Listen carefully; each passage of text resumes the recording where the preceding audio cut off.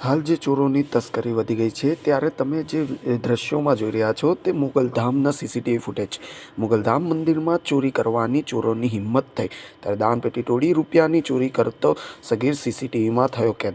બોટાદમાં ગધેડાના દેસા જંકશન નજીક આવેલા મોગલધામ મંદિરમાં ચોરીની ઘટના સામે આવી છે, જેમાં એક સગીર દાનપેટી તોડીને તેમાં રહેલા રૂપિયા લેતો સીસીટીવી ફૂટેજમાં કેદ થયો છે, જેનો વિડીયો સોશિયલ મીડિયામાં વાયરલ થતાં હોમગાર્ડ જવાનોએ સગીર ચોરને રોકડ રકમ સાથે ઝડપી ઢસા પોલીસ સ્ટેશનને હવાલે કરી દીધો.